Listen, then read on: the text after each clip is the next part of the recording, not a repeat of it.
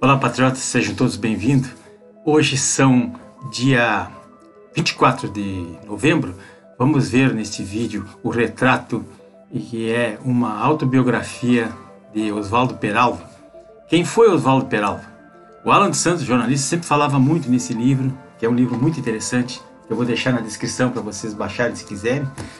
Ele é um dissidente do Partido Comunista Brasileiro, o antigo partidão, né, o PCBão, como o pessoal chamava, que é os comunistas raízes, aqueles primeiros lá da década de 20, 30, 40, 50. E não confundam esse PC do PCB com o atual PCdoB, que é um puxadinho, esse partido da Manuela aí, que é outro PCdoB. Mas ele foi criado, esse partidão foi criado em 1922, já tem quase 100 anos agora, 25 de março de 22 foi criado. E depois ele, ao longo do tempo, ele foi cassado, depois voltou, elegeu deputados, enfim. Mas esse outro, o PCdoB, ele foi criado depois em razão de uma dissidência ocorrida lá na década de 60. O João Amazonas, o Maurício Grabois e o Pedro Pomar e outros, eles partiram para o PCdoB em razão de uma mudança de estratégia que eles fizeram ali. Depois eu vou explicar melhor a razão disso aí.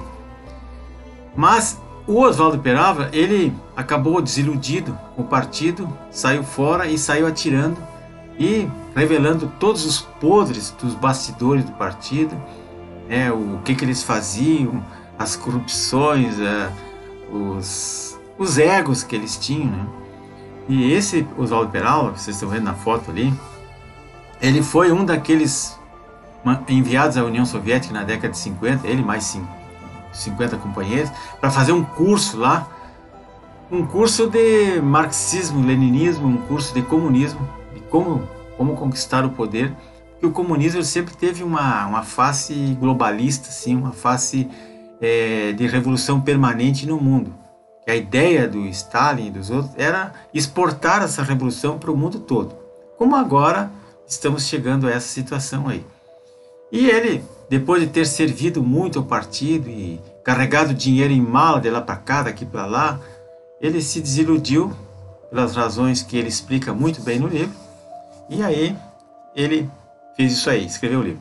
Então aqui, para vocês terem uma ideia, aqui tem alguns dos componentes do núcleo duro do Partido Comunista na década de 50, 60, por aí. E cada um desses elementos tem uma história. Homens que fizeram uma história. E eles eram comunistas fanáticos, aqueles com dissidência cognitiva que jamais vão mudar de ideia. Eles são cristalizados, eram fanáticos. Nem mesmo com a morte de Stalin em 54 e com as denúncias da ditadura do Stalin, da antiga União Soviética, dos gulags, das torturas, execuções e banimentos, esses líderes não mudaram de ideias, não mudaram suas convicções.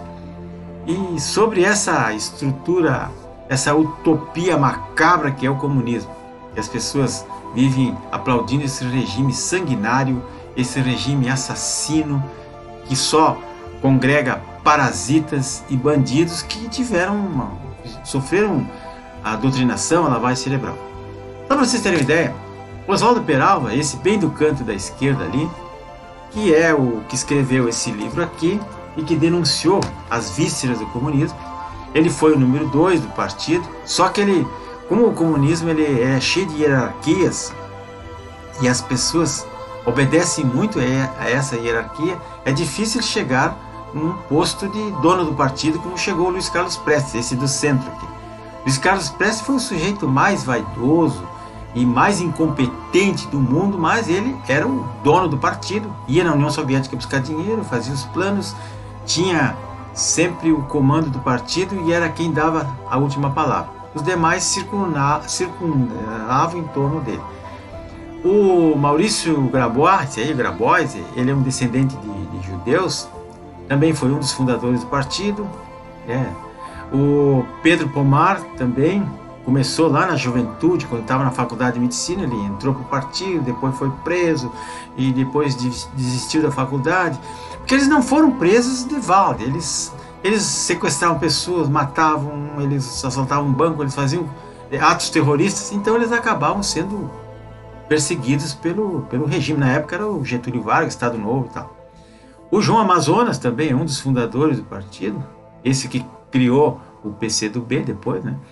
O Barata Ribeiro, que foi um oficial do Exército também, que lá da Revolução Tenentista, depois em 1935 ele se envolveu naquele atentado lá, que eles chamavam de intentona comunista, que ocorreu em 1935, e aí Getúlio Vargas caçou ele. Ele foi várias vezes caçado, ele foi várias vezes perder o posto, depois recuperava na justiça, perdia de novo, e por último, em 1962, salvo engano, ele perdeu realmente o posto, e aí ele acabou morrendo porque ele já estava doente, já estava velho.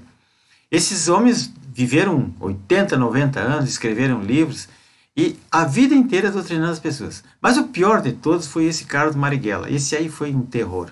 Esse homem fez horrores, escreveu livros. Vários deles,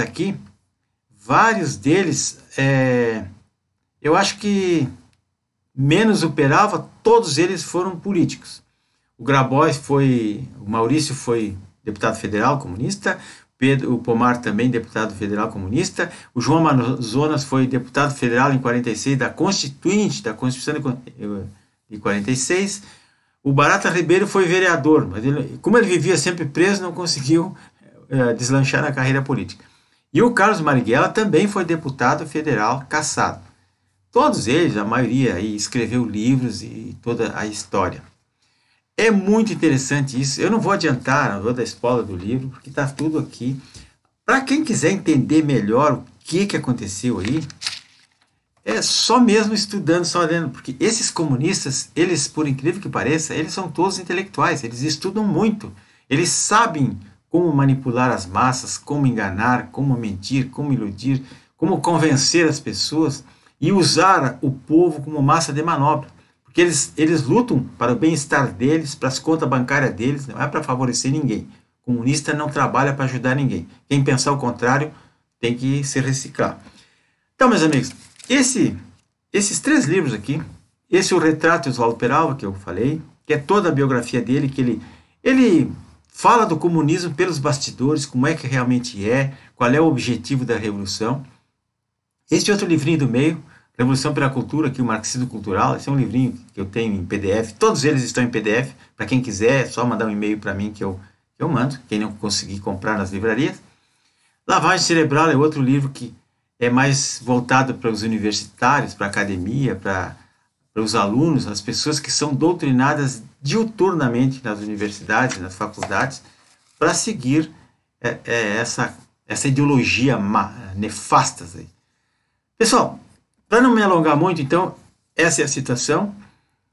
Aqui está o meu canal. Peço a todos que se inscrevam aí, dê um like ou dislike. Isso só vai aumentar a relevância do canal, é muito importante. E fazer com que mais pessoas assistam esse conteúdo.